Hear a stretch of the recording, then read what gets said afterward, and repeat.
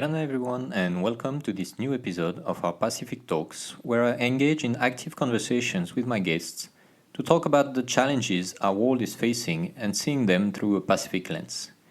For this episode, I'm very happy to meet and discuss with Annette Sete. Annette is the founder and manager of Lava Girl Limited and Maku Gifts, a fashion brand and a home-based business making and selling unique gifts in PNG and in the Pacific. Annette is also the winner of the Best Established Designer Award at the PNG Fashion Week in 2019. It is my pleasure to have some time to chat with Annette about her career and also her vision regarding different major issues about entrepreneurship in the Pacific. Before we begin, you will notice that this conversation has been impacted by some connectivity issues, but fortunately, we managed to run this conversation smoothly. I hope you'll enjoy it. Now, on to a discussion with Annette. Annette, hello. Welcome to the Pacific Toks. Thank you. Thank you for having me. So first question, very easy. Can you just tell us a little bit about yourself and what you're doing today? Okay, so I run a gift type of shop. So what we try to do is to spin local products, mainly handicrafts, home decorative pieces, garments and fabrics, so anything with the Papua New Guinea twist to it. So we try to spin a lot of local motifs and local prints on fabrics and garments, and then make jewelries and anything else out of what we find within the environment. Mm-hmm. And how long have you been running this business now? So my business is fashion mix gift items. So it's called Maku Gifts, and I've been running it for the last 5-6 years. Okay. So as a woman entrepreneur in PNG, can you tell us a little bit about what it took for you to reach your goal and to grow your business? So what are the obstacles that you faced, and maybe what are the good surprises that you made along the way? Okay, so mainly I think finding a niche market or finding a gap in the market that we can try and fulfill. So basically before I started in 2014, 2015, we couldn't find local prints on fabrics or garments. There's hardly anything that's appropriate, that's relative to the people or the culture.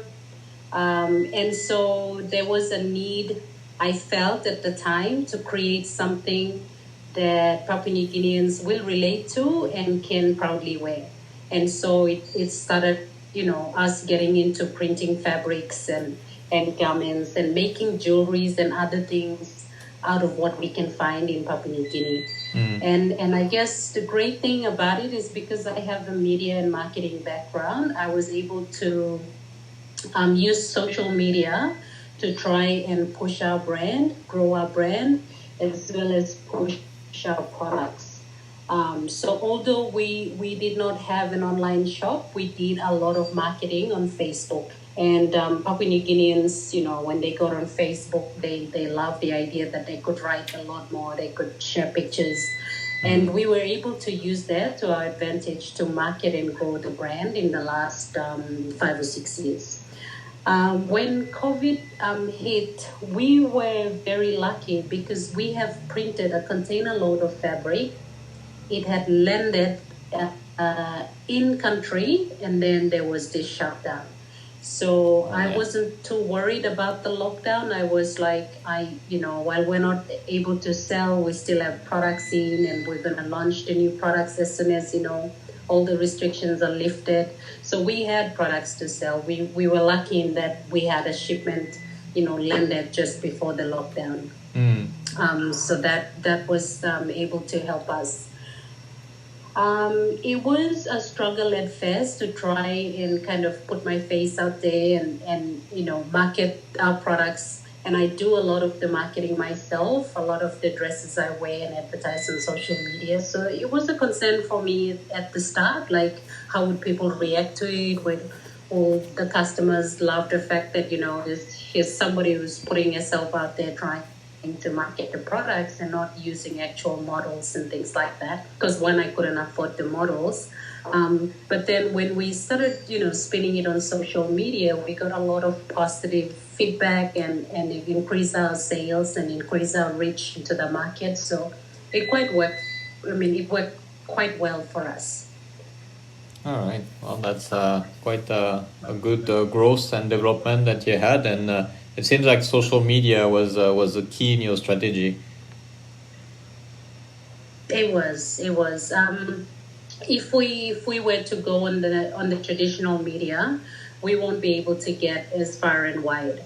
Like right now, we have about 100,000 followers within the country plus the Pacific. Because I traveled and lived in Fiji a little bit, and then went around Solomon Islands, Vanuatu to try and promote our products. So we have quite a big reach.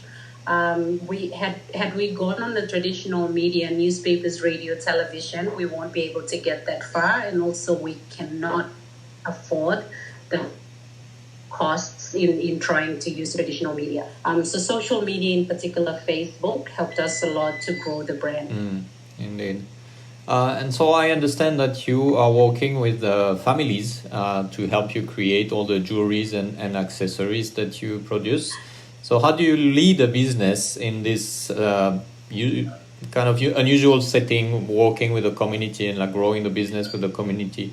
And how did you have to adapt between a more corporate approach, I would say, and a more community-based approach? Okay, so because we started as a family business, the whole thing started on my kitchen table and then moved on to the shopping malls. So it was built mainly on family connections and then getting the family to work with the business from the start. So when we started employing people, you would employ, like, say, the father who would help us to cut coconut shells and things like that to make something. You would then have the mother stringing it for us. So when I talk about employees coming on, I see them as a complete family. And so we're not like just feeding one employee, we're feeding like the family. And also when we give out work, it goes back to the families. Like people would help us to bead or to string some beads or seeds for us. Families would collect coconut shells for us. Families of staff would then go out and collect seashells. Staff would take home garments that need to be crocheted or knitted, so it's passed on to their families or people in their village. And it helped a lot, and it also helped in our story, in telling our story. So we have a strong connection with a lot of the staff, and we try to encourage a lot of community work with groups within the community. For example, now that we've moved into Port Moresby in the city, we are working with local mothers in the coastal villages in the city to try and one is we buy raw products from them. So we buy seashells, other seeds, pebbles, things like that.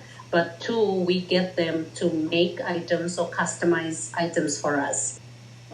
So do you think working with families the way you are, the way you do, is actually a fitter way to organize a business in our Pacific Islands, because we are indeed used to work as families, our communities, and as you were saying, the idea of employing just one person from the family may not be as beneficial or as practical as having the whole family committed to it.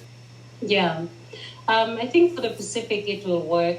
And that's what we find when we work with the families. Most of the production and having, to want to make things with what we find within our environment, we have to work with them to supply those type of products, like natural fiber, leaves, seeds. These are things in their villages, in their backyard that we may not necessarily have access to.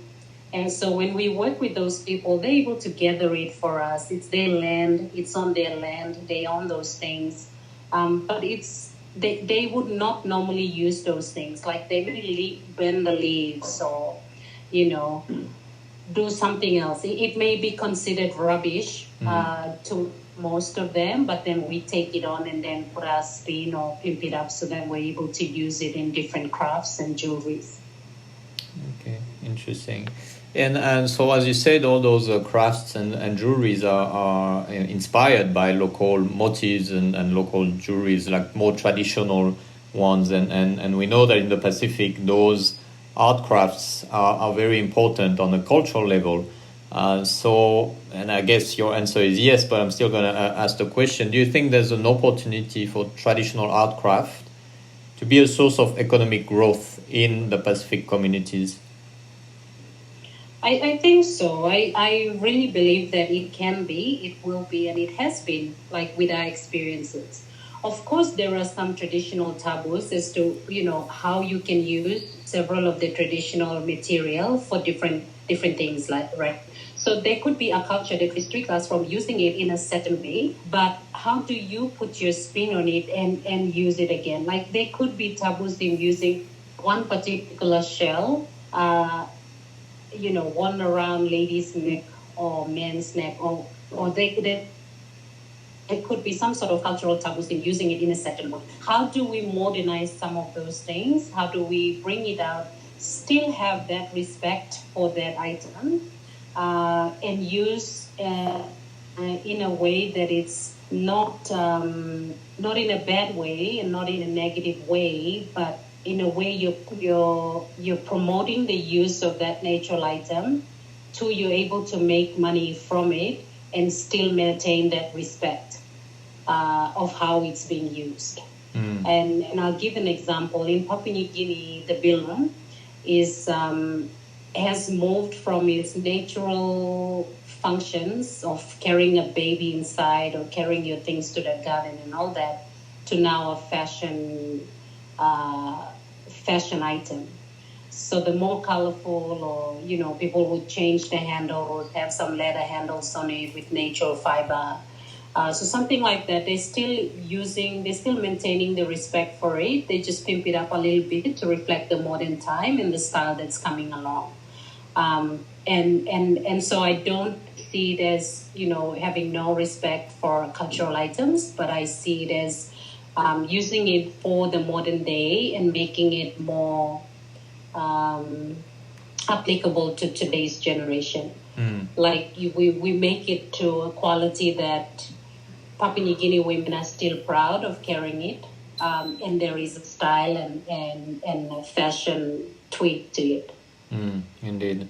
And obviously, if it comes from a local business owner, like you, a local entrepreneur, it will be first better understood on what to use and what not to use, and secondly, probably better accepted by the community in the way that you may modernize the use or the patterns or all those elements than if it was an outside company that was coming and trying to just use those patterns without the knowledge of the cultural setting of it.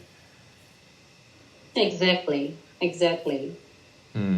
And so in that regard, in your future project, is there a plan or a strategy for you to kind of partner with other islands and try to develop more models and more products based on all the Pacific cultures in order to kind of like reclaim the use of those traditional elements and modernize them and make them as product that will benefit the communities? Yeah, I think so. I've worked with Fijian designers to try and create different products. We've met in several of different events. I've shown in the Fiji shows as well. I've done some work with the Vanuatu people or women in terms of handicrafts. They had a huge tourist market before the COVID. There's probably the only government in the Pacific that has a 5-year plan for handicrafts, and they're very they're very active in that space. They have markets that are predominantly selling Vanuatu made items. So there is already interest and talks going on trying to do something more, to involve the whole of Pacific. My ladies brand, I am quite keen to bring it into the Pacific market and open up the type of products and the prints that we do on some of the garments that I want to target the Pacific market with. So there is already discussions and work with other designers in the other Pacific Island countries. Okay, interesting.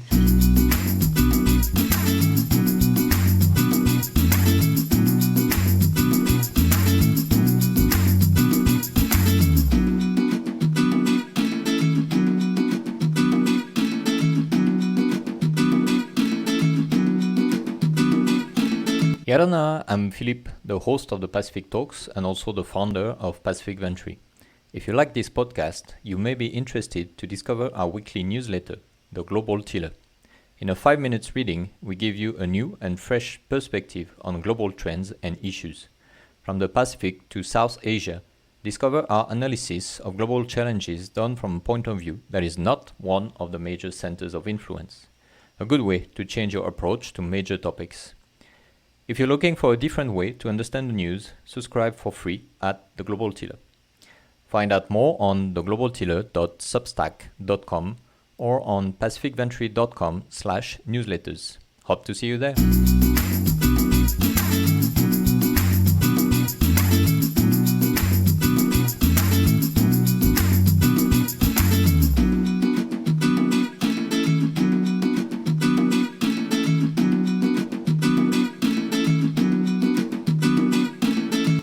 So I'd like to come to a story that was very interesting, and I discovered that by doing my researches for this episode. So I've discovered that in 2019, you have taken to court a Chinese company, Tropicana Limited, for copyright infringement. So can you tell us a little bit more about the story, if you can? What happened? How did you manage to fight this case and all this? Yeah. All right. So I've taken out several lawsuits against several Asian companies that have copied my designs or infringed on my copyright. So both of them are before the national court in PNG. So I can't discuss the particulars of the cases, but we are going to court trial on the 12th of July. So it is a case, or the cases are being looked at as the first in the country because, no SMEs, small businesses have taken any big company to court over copyright. So this is the first one. I think it's gone beyond just a case for Marco Gibbs or Lava Girl or Annette Sete. It's more a case for getting a precedent set for Papua New Guinea creatives who have had their designs and their work infringed on over the years. So it'll be interesting to watch the case. I know that I've done a number of interviews with other Pacific Island media to discuss, this particular case when we initially went to court. But again, because the matter is before the courts now, I won't be able to get into details of everything. But yes, we've finally gotten ourselves a trial date. So it'll be 12th of July this year.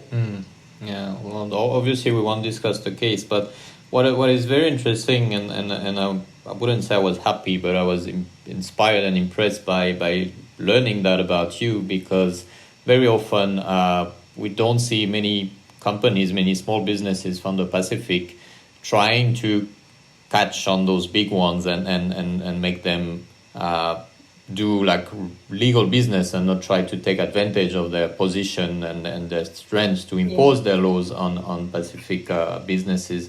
So what was the trigger for you? What made you decide and to say, okay, enough, I have my property, my intellectual properties, and this is my right to defend that? What was the trigger for that? It was frustrating that they keep getting away with a lot of things. It's not just copycat paste. There were also items where they would copy your concept because you have marketed the products, you have done your, advertising and all of that. You've created a demand in the marketplace. They just have to run with something very similar.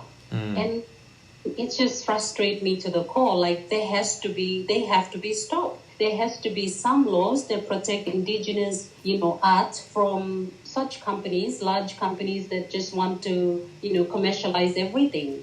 And so when I was doing my research to find out if there was, previous cases of that, and there was nothing in PNG. There was even nothing in the Pacific, and it bothered me. Like, why can't we say something? Is it it's gonna cost us, obviously, but somebody has to do something.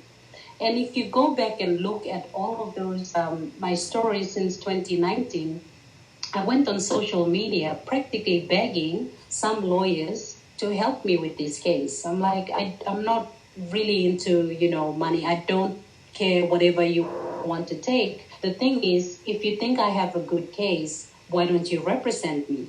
Let's fight this. And it's incredible the amount of support that I got from people wanting to support. And so our legal team is made up of volunteers who responded to my plea on social media to come on and represent me in that case. They are working absolutely free.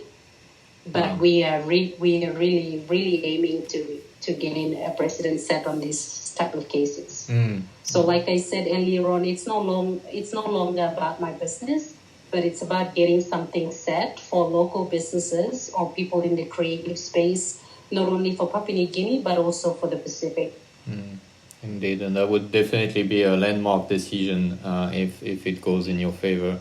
It'll be. I was in Fiji and I saw PNG arts on fabrics being sold by Chinese shops. And I was like, how did they get the hold of these designs? It's public. Indeed.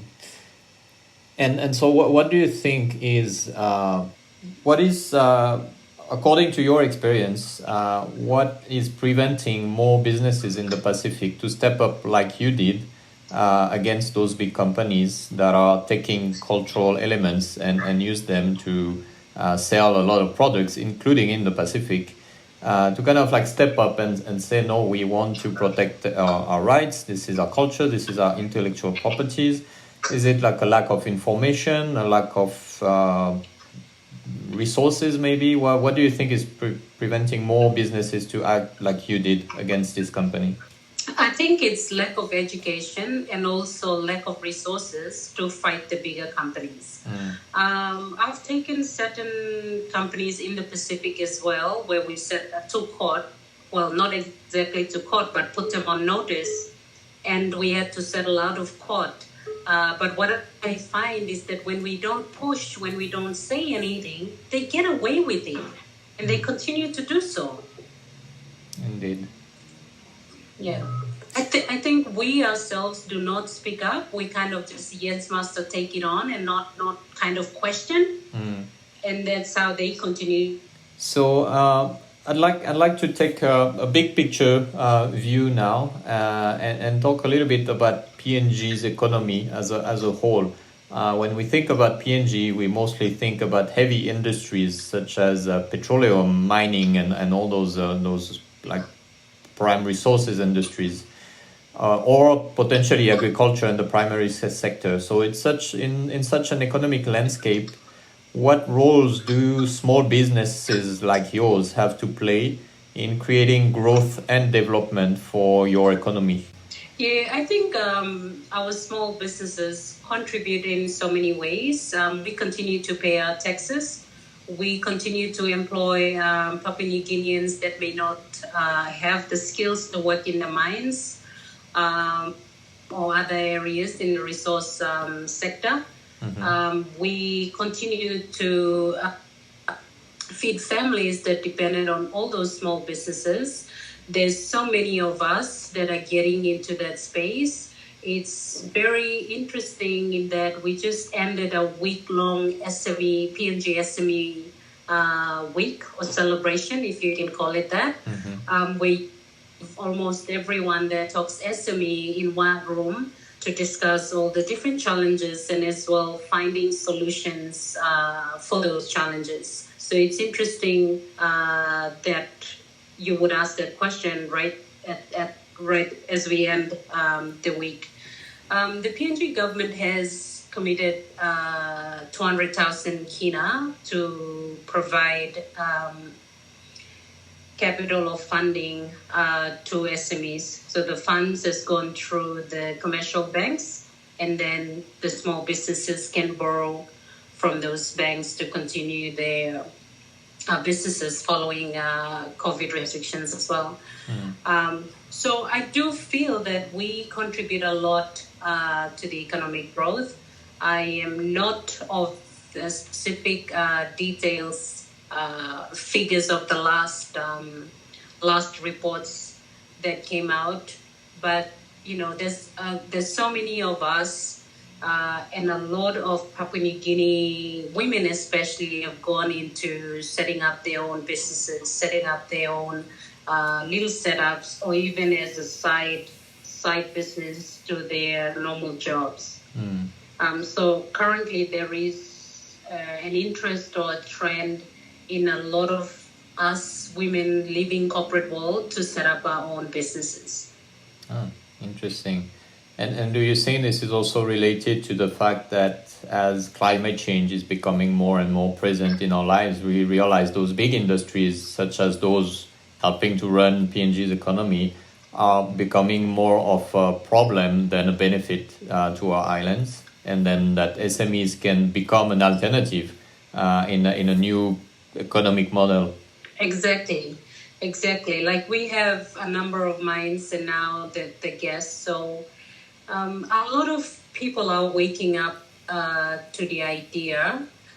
There's a lot of interest in going green and doing things correctly as well. So I guess the discussions have been happening over time. A lot of us now waking up to this idea of global warming, the effects that it has on the land, its people, and even the economy.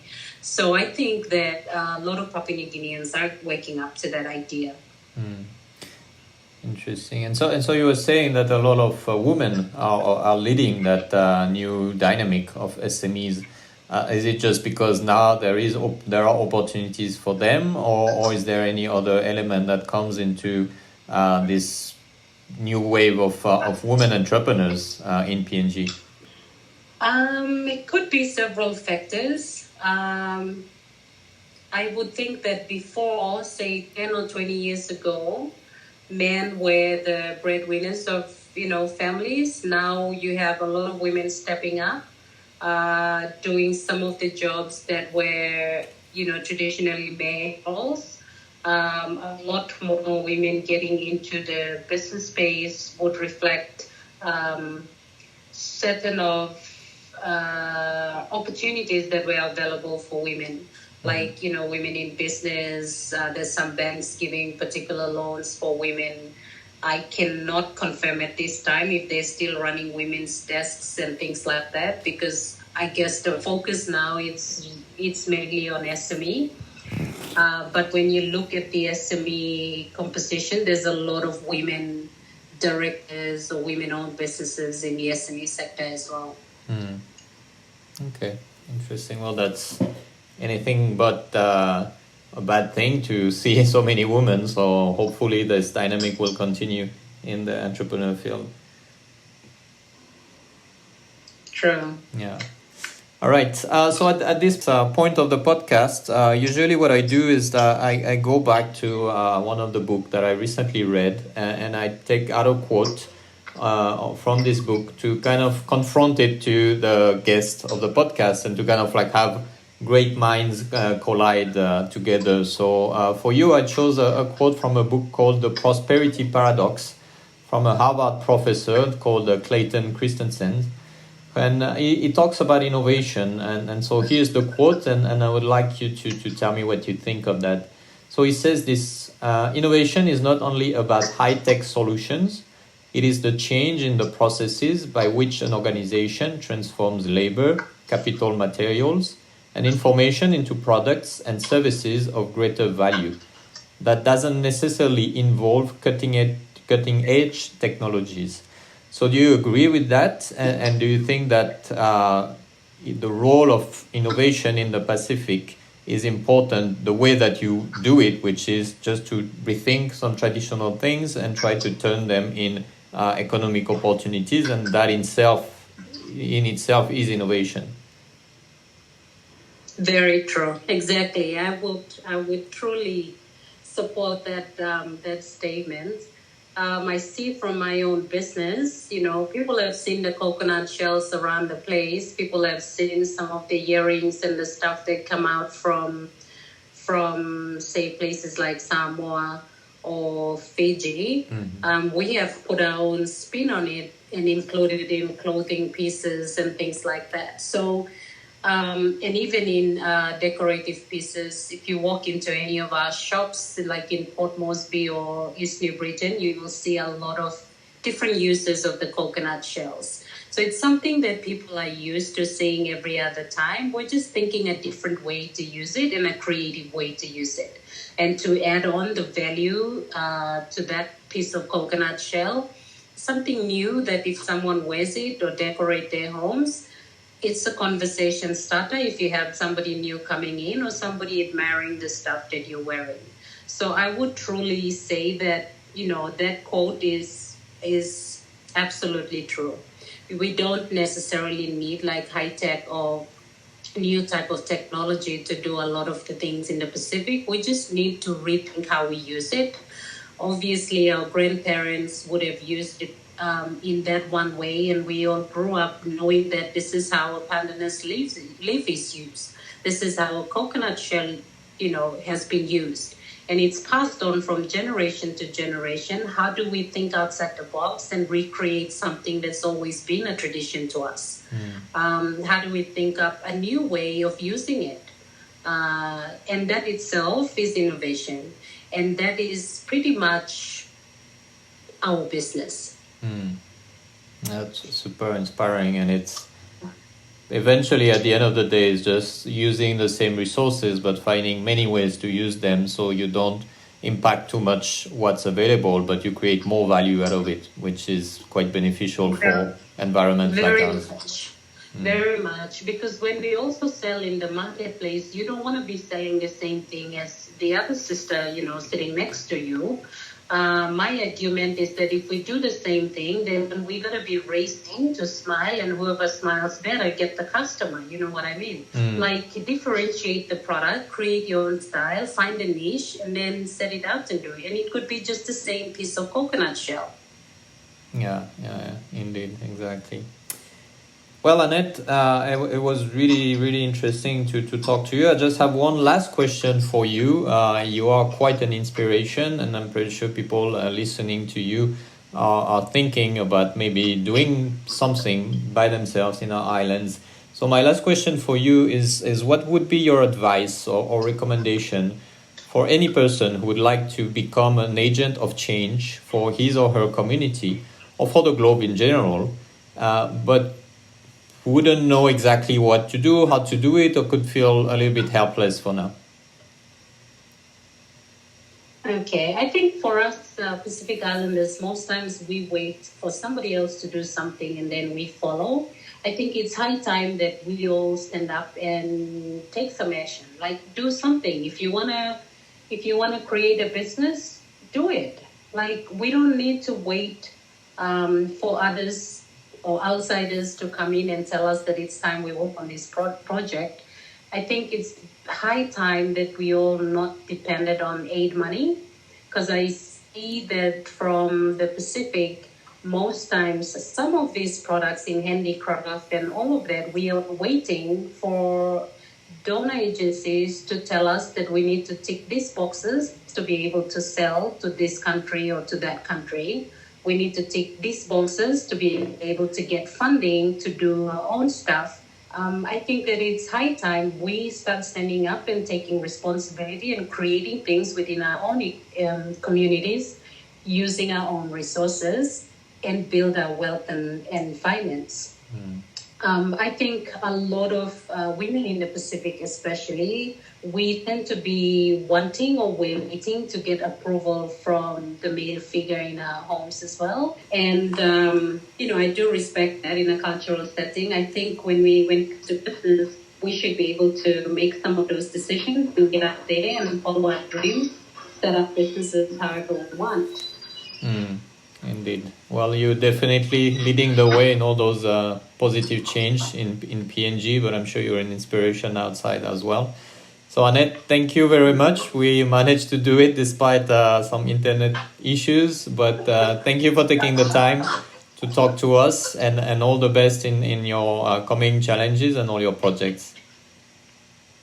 Thank you so much. And the whole interview itself is a story. It is a story. The struggles of doing business with PNG. Oh my God. Tough cut, high internet costs, and the internet is nowhere near. It's not always there. Yeah. So that's a struggle. Thank you so much for having the patience and continue to follow up, and we finally get the interview done. No problem. Thank you.